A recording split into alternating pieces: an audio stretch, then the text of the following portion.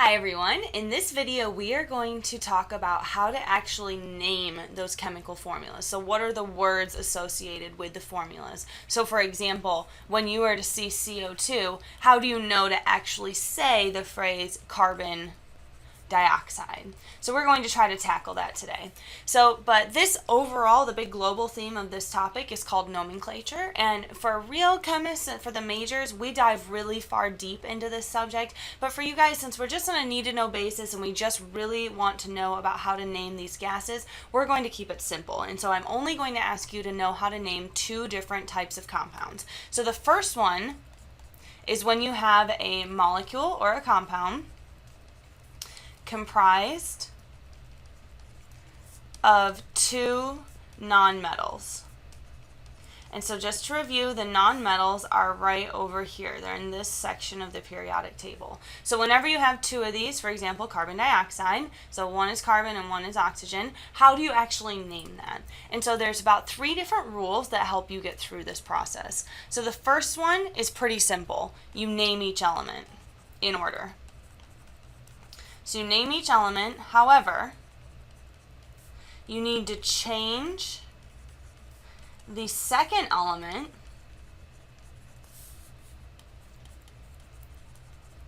to end in IDE.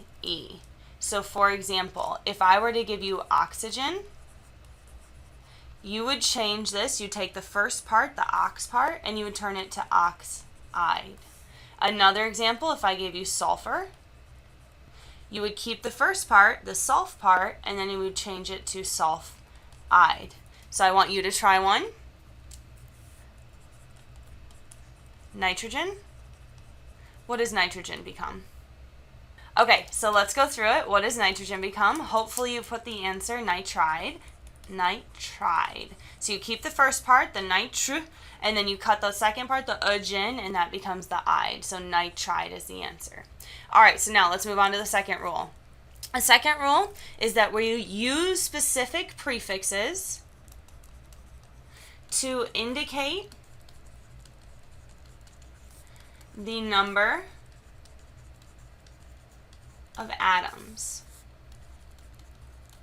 And now there are very, very specific prefixes that you have to use. So for example, dioxide is the one I keep using. We learned what oxide is. Now where does di come from and how do we know it means two? So there's a big list of them and I'm going to give it to you right now, and you absolutely have to know every single one of these, forward and backwards. So let's start at the beginning. Mono means one. You're going to have di. Sometimes you're going to hear bi. It just depends on the two of them and like who you're talking to and where they come from. But essentially that means two. Then we have tri. Tri means three. Then we have tetra. Tetra means four. Roll down just a little bit. We have penta. Penta means five. I'm going to go up here to the top. Now we have hexa. Hexa is six. We have hepta. Hepta is 7. Then we have octa, which is 8. And then we have nona, which is kind of a funny one, that's 9. And then we have deca, which is 10. Now, here's the truth. These on this side, you're not going to use that much, but you absolutely do need to know them because they might be on the exam, they might be on your homework. You just have to get comfortable with them.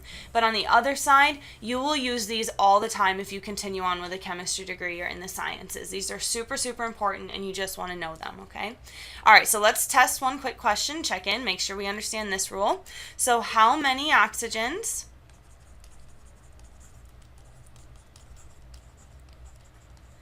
are in dinitrogen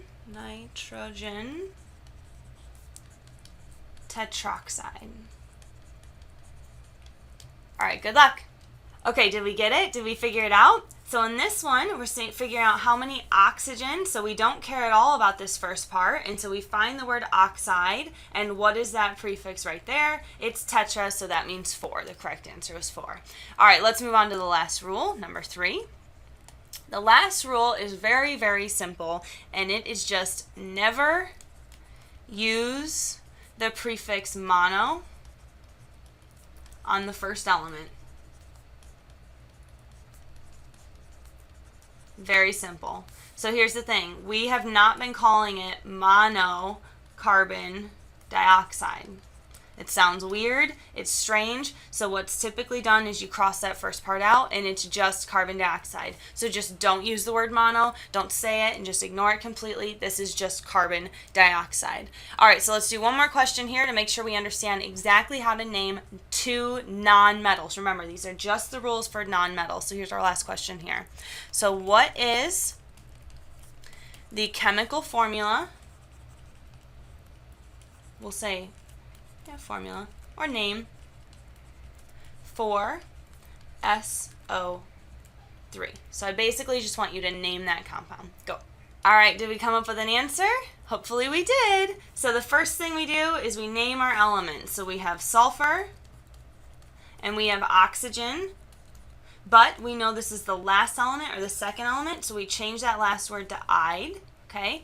The first one, we see that there's one sulfur. We don't put mono here. If we put mono, that would be wrong. So there's no mono. It's just sulfur. And then we name the number of oxygens. There's 3. So this becomes trioxide. So hopefully we ended up with sulfur trioxide. Big smile. Okay, those are the rules of how you name nonmetals. The second thing I want you to be able to name are these things called hydrocarbons. Hydrocarbons. And they are exactly what they sound like. They are molecules made entirely of carbon and hydrogen. That's it. There's no sneaky boron in there, no nitrogen, nothing else. It's just carbon and just hydrogen. But they have their own set of rules. So you absolutely have to keep this straight in your mind that there's 2 different naming schemes that we're doing here. All right, first rule is they use different prefixes. So just to be difficult, they're very different. So let's go through them. Well, I only expect you to know the first 4. I'm not going to force you to know the next one, but the first 4 you have to understand. All right, so if you have 1 carbon, you use the word meth. Okay, that means 1. If you have 2 carbons, you use the prefix eth. Eth means 2. If you have 3 carbons, you use the phrase prop. That means 3. And if you have 4 carbons, you use the word but, and that means 4. Okay, so those are your 4 prefixes. The second thing, your second rule, I'm running out of space here, is that you must end in A-N-E. Now look, that is not true in the entire chemistry world. If things are bonded differently, they're going to end in E-N-E or even Y-N-E. But for our course specifically, I'm never going to throw anything fancy at you.